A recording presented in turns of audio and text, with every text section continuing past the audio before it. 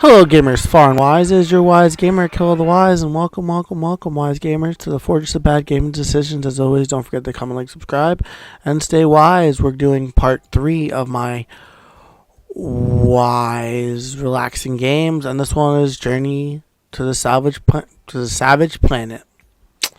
So as always, don't forget to comment, like, subscribe, and stay tuned for the rest of the video to find out why it's so relaxing. So, Journey to the Savage Planet, essentially you're a pioneer working for this, seems to be a corrupt company. Here's the guy, Martin Tweed, the guy that runs so pretty much you're a dude got sent on a pioneer program for this Kindred company. This Kindred company is pretty much, they own everything. So, nothing good can come from this, as we all know. So the story seems pretty funny. The comedy is pretty good, and the lines are pretty quick, quirky. It's definitely like a fun, lighthearted take on this kind of roguelike game. Because there's another game, roguelike relaxation, harvesting game, where you have to harvest, get through the story, and do all those cool things. But the story is what really keeps me going, because I'm really curious as to why the planet I got sent to was not supposed to have intelligent life, and then all of a sudden does have intelligent life.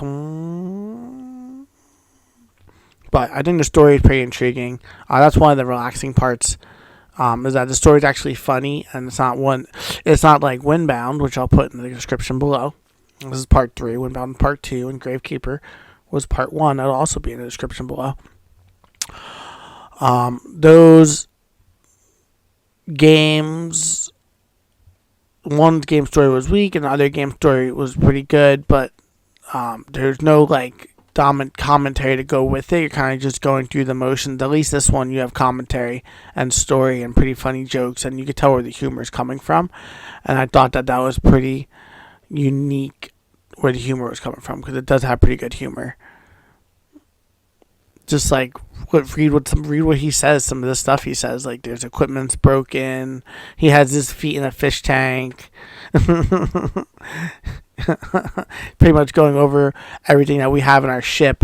It's pretty cool because there's an email you log in, and there's a bunch of these videos in there as you progress through the story and do different missions. There's different videos from this guy to you, and different videos, and like almost like infomercial commercials. Like one's about goop, one's about like don't throw out your food, you can reuse resources and stuff. It's pretty funny. I really like the humor for the most part. I thought that was one of the key factors to keep me back, and to keep you back, wise gamers, to playing the game. But other than that, besides them having like commercial like videos, there's other parts of the game which we'll touch on, which is combat, exploration, and we'll be catching up to the end soon. So as always, don't forget to comment, like, subscribe. It really helps me out, and stay tuned for the next part.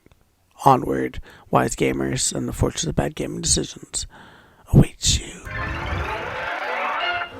Alright, we are back. So I told you part 1 of the relaxation was the humor and the story. So as you could tell by the little Compilot person talking to me, they actually are really funny. Kind of almost reminds me of Borderlands, Tiny Tina Wonderlands. How you get that little voice in your head. That's kind of what it reminds me of. So combat, square, slap. You got bait, you can throw. You can scan with up on directional pad and scan life forms, and then you kill things, collect harvesters. There's not really so much of like mining, like rocks and stuff like that. It's more of like there's certain things that you can hit and collect from in order to progress your harvesting. But I thought it was pretty No Man's Sky like, with the slapping and the scan. Well, not the slapping, but the scanning and the gun shooting and the scanning and the way you get missions and stuff. And then it tells there's pretty much missions. There's tracker missions on the top that help you guide you through the story, because you can get a little lost. But you're pretty much that for combat, square, slap, and the humor's pretty funny. And we're on to the next part. I genuinely can't get over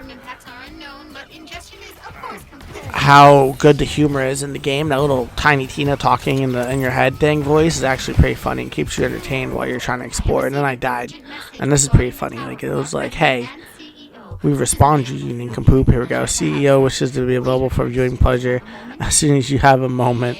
Hey, buddy, so you died and made a clone of you that shares everything you had. I just thought that was pretty interesting. And then it says that you'll die, however many times. So that's what that's. So unlike other roguelike games, travel games like this, there's actually fast travel, which is these cool little towering crystals of madness. And you pretty much get to travel back to the ship and then travel back to wherever the spot is that you traveled from. So I thought that was pretty cool. Fast travel is always really unique and useful in games like this where you have to go back to your ship to craft stuff. So that was another thing that makes this relaxing and less stressful, because combat's super easy, traveling super easy, and we'll get to the last part.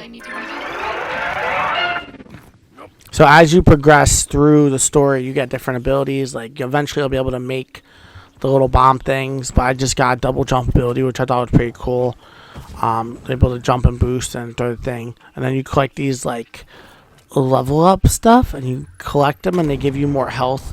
So right now I have 3.5 health bars, but when I jump over here and collect this goop thingy, I'm gonna get an extra health bar, which I thought that was pretty cool. There's a way to actually like level up your health bars,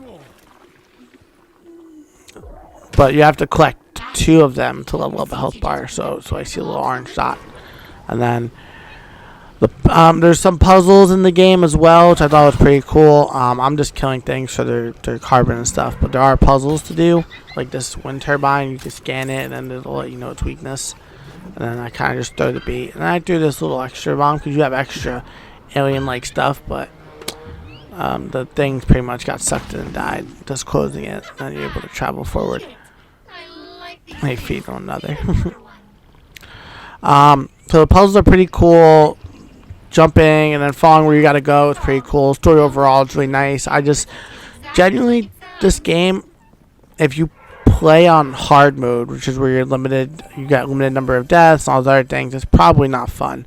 But if you're doing it for the relaxation mode, like right now where I'm just relaxing and I'm going about my business, shooting things and trying not to die, like just observing, scanning the animals, figuring out the little puzzles, using the scanner to scan stuff, enjoying the comedy of the story, I really believe this is a relaxing game. There's just no way around that it can't be relaxing, because it's super beautiful.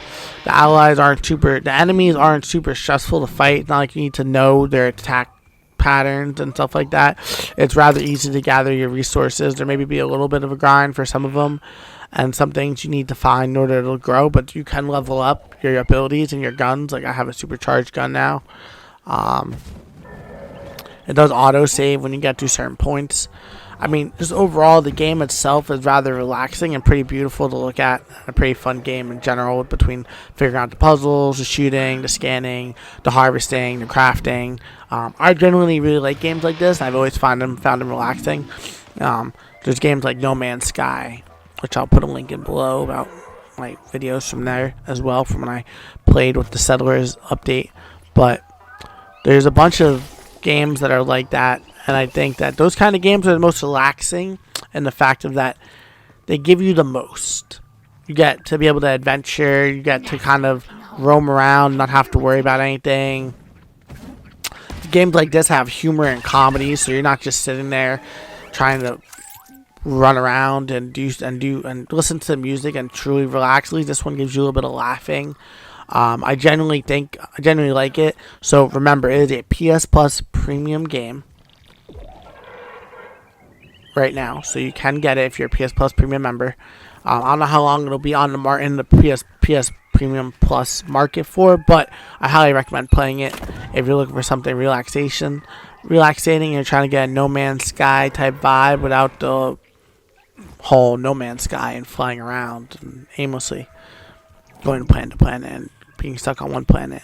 So as always, everyone, do not forget to comment, like, subscribe, and stay wise gamers, because it really helps the algorithm and I really appreciate it. So on that note, I hope you guys stay tuned and catch up on my PS Plus Essential Games of the Month, which will be Mafia 2. Well, Mafia, Destiny Light 2, Destiny 2 Beyond Light, that's hard to say, and Evil Dead So keep an eye out for those. I'm gonna hit the little ring bell, and I'll catch you guys in my Fortress of Bad Gaming Decisions next time, wise gamers.